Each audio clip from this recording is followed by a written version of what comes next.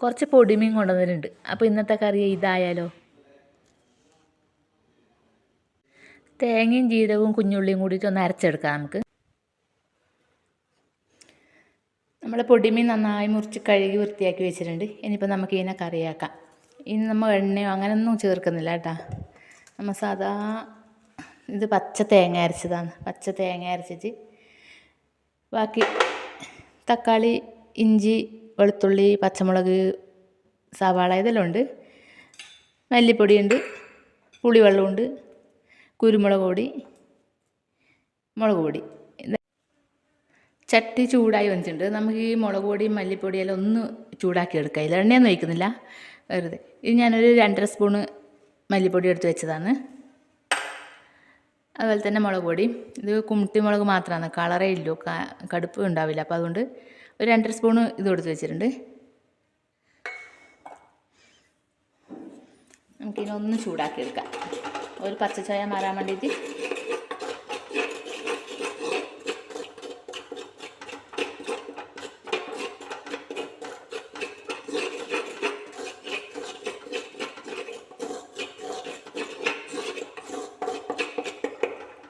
മഞ്ഞൾപ്പൊടിയും കൂടി ഇട്ട് കൊടുക്കാം.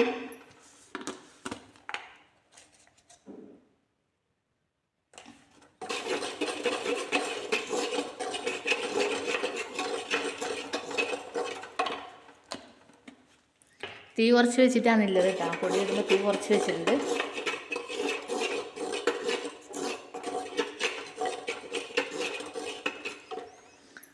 പൊടി പച്ചച്ചോയ മാറിയിട്ടുണ്ട്. നമുക്ക് ഈ പുളിവെള്ളം ഒഴിച്ച് കൊടുക്കാം.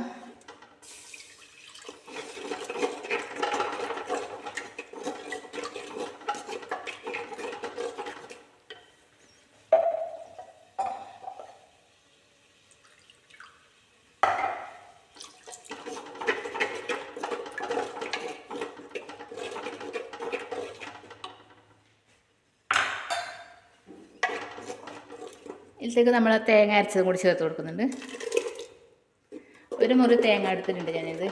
ഇതിങ്ങനെ വെക്കുമ്പോൾ ഇതിൻ്റെ ചാറ് കൂട്ടാൻ നല്ല ടേസ്റ്റാണ്.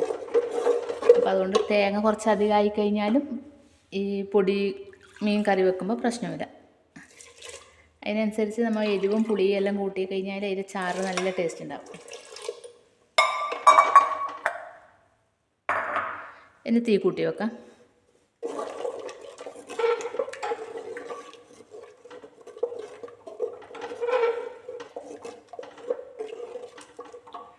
കുറച്ചും കൂടി ചാറാക്കാം നമുക്ക് അതിൽ. അത്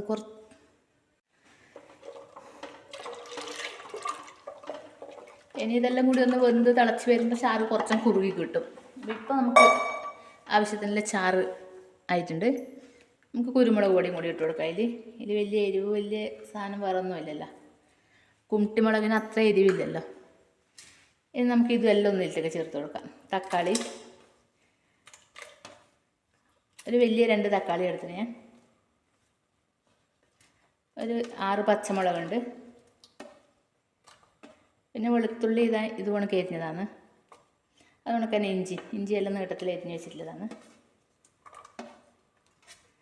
സവാളയും കൂടി ഇട്ട് കൊടുക്കാം.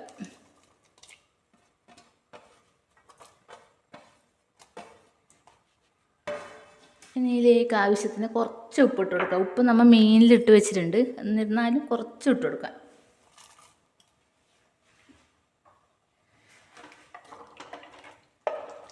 നല്ല ഇളക്കിയിട്ട് ഒന്ന് തിളച്ച് വരട്ടെ. അടച്ച് വെക്കാം, ഒന്ന് തിളച്ച് വരട്ടെ.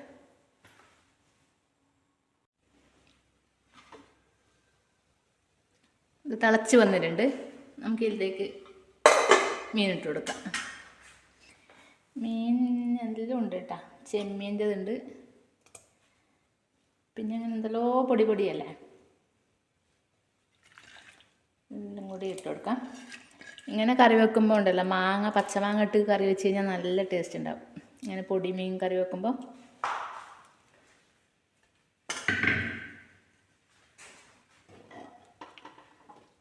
പൊടിമീനും പച്ചമാങ്ങയുടെ ഇട്ടിട്ടുള്ള കറി ഭയങ്കര ടേസ്റ്റാണ്. സ്റ്റോറിലെ അരിയിലത്തെ ചോറും, അത് റേഷനരി കൊണ്ടുള്ള ചോറും ഈ മീൻ കറിയും കൂട്ടിയിട്ട് കുടിക്കാൻ എന്ത് ടേസ്റ്റ് എന്നറിയാം. അല്ലെങ്കിൽ പിന്നെ ഉണ്ടല്ലോ നമ്മളെ ദോശ ഇല്ലേ, നീർദോശ അറിയില്ല, സാധാ ദോശ, ഉഴുന്നൂട്ടി ഒന്നല്ല, ആ ദോശക്ക് ഈ കറി ഭയങ്കര ടേസ്റ്റാണ്. ഇതൊന്ന് തിളച്ച് വേവട്ടെ ഇനിയിപ്പോൾ എല്ലാം കൂടിയിട്ട് അടച്ചു വെക്കാം. കയ്യിലിട്ട് കൊടുക്കാം, അല്ലെങ്കിൽ ചിലപ്പോൾ അത് തിളച്ച് പുറത്തേക്ക് പോകും.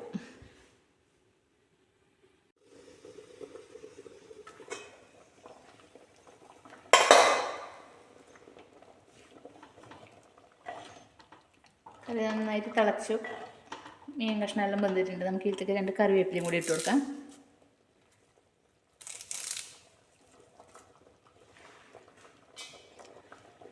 കുറച്ച് പച്ച വെളിച്ചെണ്ണ അതിൻ്റെ മുകളിലേക്ക് ഒന്ന് മതി. ഇനിയിപ്പോൾ തീ ഓഫ് ചെയ്തിട്ട് വെക്കാം.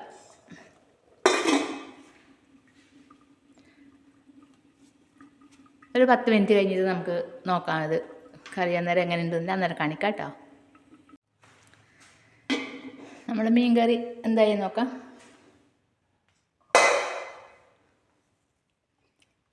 നല്ല ചാറായിട്ടുണ്ട്.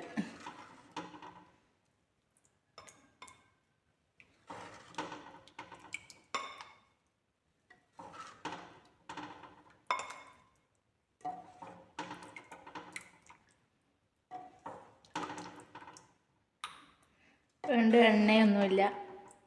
ഇത് തേങ്ങ അരക്കുമ്പോൾ ഉണ്ടല്ലോ, തേങ്ങയിൽ ഒന്നിച്ച് കുറച്ചും ജീരകവും ഒരു 4 കുഞ്ഞുള്ളിയും കൂടി ചേർത്തിട്ടുണ്ടായിരുന്നു കേട്ടോ.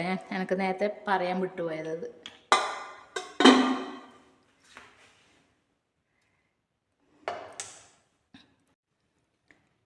അങ്ങനെ നമ്മളെ പൊടിമീൻ തേങ്ങ അരച്ച കറി റെഡി ആയിട്ടുണ്ട്. കണ്ടില്ലേ, വലിയ എണ്ണയൊന്നും കൂട്ടാതെ കണ്ടിട്ട് പച്ച തേങ്ങ അരച്ചതാണത്. നല്ലൊരു കറിയാണ്. അപ്പോൾ എല്ലാവരും ഒന്നും ഇങ്ങനെ ഉണ്ടാക്കി നോക്കിക്കോളൂ കേട്ടോ. അപ്പോൾ അടുത്തൊരു വീഡിയോയിൽ കാണും വരെ എല്ലാവർക്കും ഗുഡ് ബൈ.